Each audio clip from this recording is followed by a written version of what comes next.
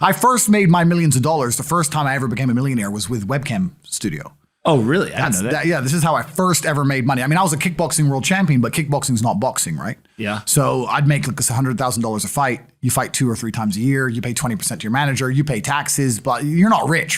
So you get like 30 to 40% of the money. Yeah, and I didn't consider myself rich. Like 30, 40 grand chunks, twice a year, maybe 3 times a year. Living in London, London rents, need a car. You're trying, like you're not rich in any way. And that's actually the reason I retired, because I woke up one day and I thought, I'm giving 6 hours a day of absolute focus and energy to this.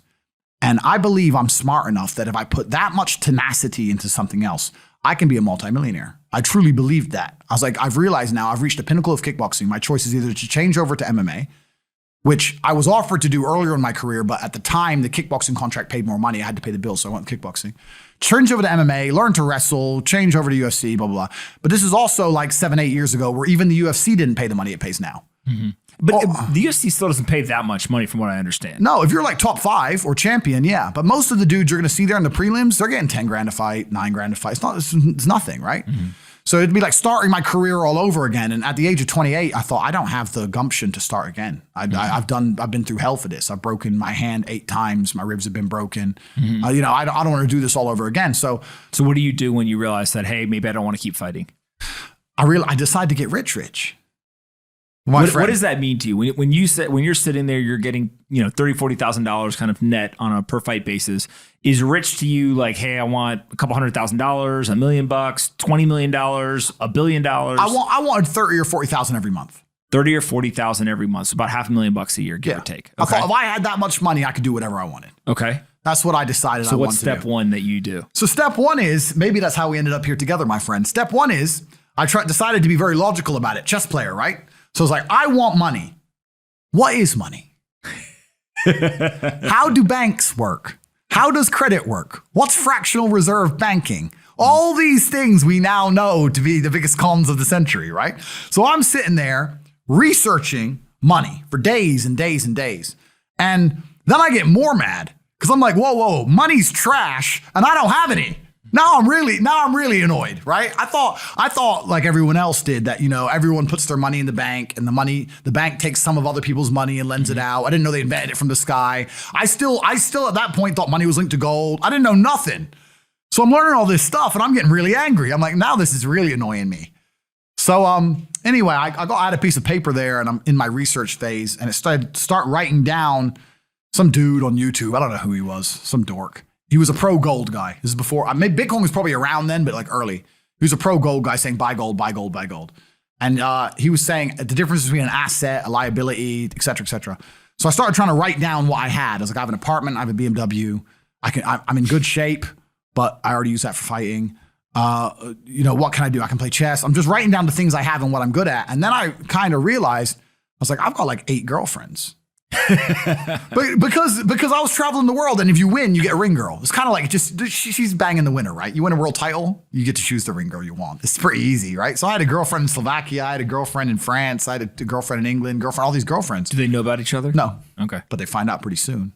So I had all these girlfriends, so I'm like, maybe I could open a strip club and like be a pimp, and, be a gangster about it, And then that opening strip club that's literally the first thing you thought about was open a strip club? Well, I thought I have these beautiful girls. How can this is before like Twitch existed. So I was like, what can I do with these hot girls? I was like, it's just an asset, right? There's these girls and a lot of them were messaging me.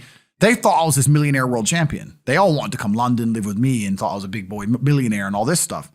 So it's like they do because of social media. Well, partially because of that. And also because they met me. I turn up, I fight, I win the world title, I leave. We're texting each other. They assume I'm this big boy, right?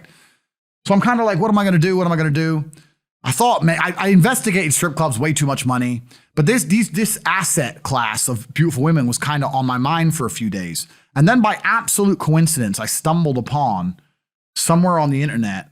I was on one of those websites where you used to download like free games and bullshit from. And in the corner somewhere it said, hot girls want to talk to you now or something. I said, hot girls. So I clicked on that, not because I was interested, but because I thought I have hot girls. And it was one of those webcam websites.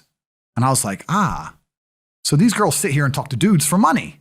So I'm going to get my girls to and they're naked. They're just talking. How does it work? It's 50-50. I mean, it depends on the girl, depends what she wants to do. But the majority of the job is not based around being naked. The majority of the job is based around being entertaining and being easy to talk to. And the guys who are talking to you need to find you, that you need to remember their name, remember their dog's name. You have to be smart. You can't just be a girl and be a bimbo and be naked and make money. You have to be really smart, charming, interesting, happy all the time, positive. Mm-hmm.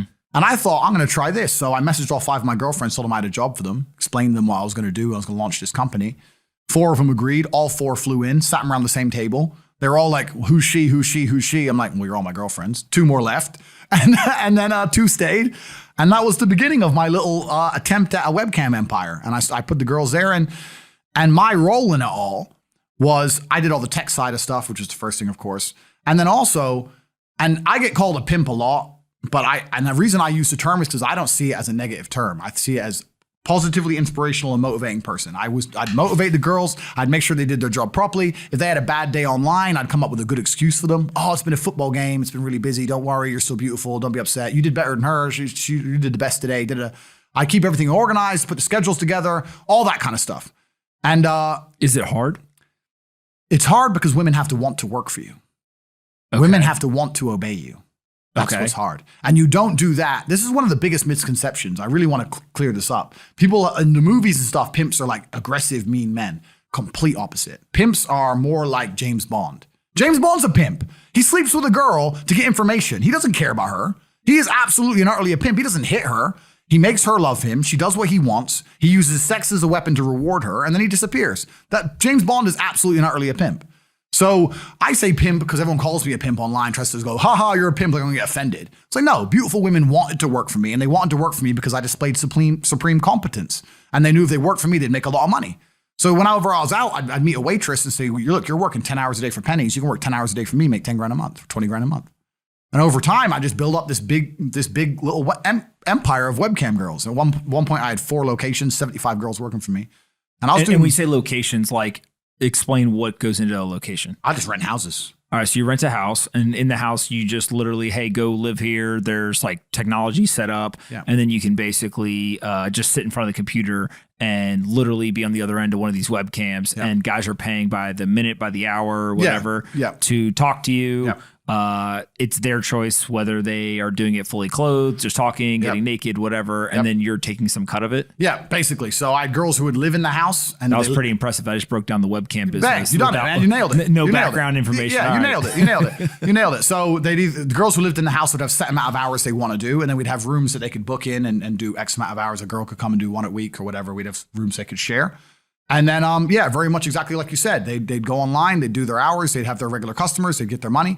And then I'd take around half of the money, around 50%. You take 50%. Around 50%. Okay. Is that high or low compared to the rest of the industry? I'll tell you why it's very low. It's low because every time a girl would quit and try and do it by herself, she'd make a fraction of the money overall because she hasn't got the instruction. She hasn't got the motivation. She's just lazy with it, right? And women have a very different mentality to money than men. If you show a woman how to make $1,000 in an hour, she'll think, I only have to work an hour a week.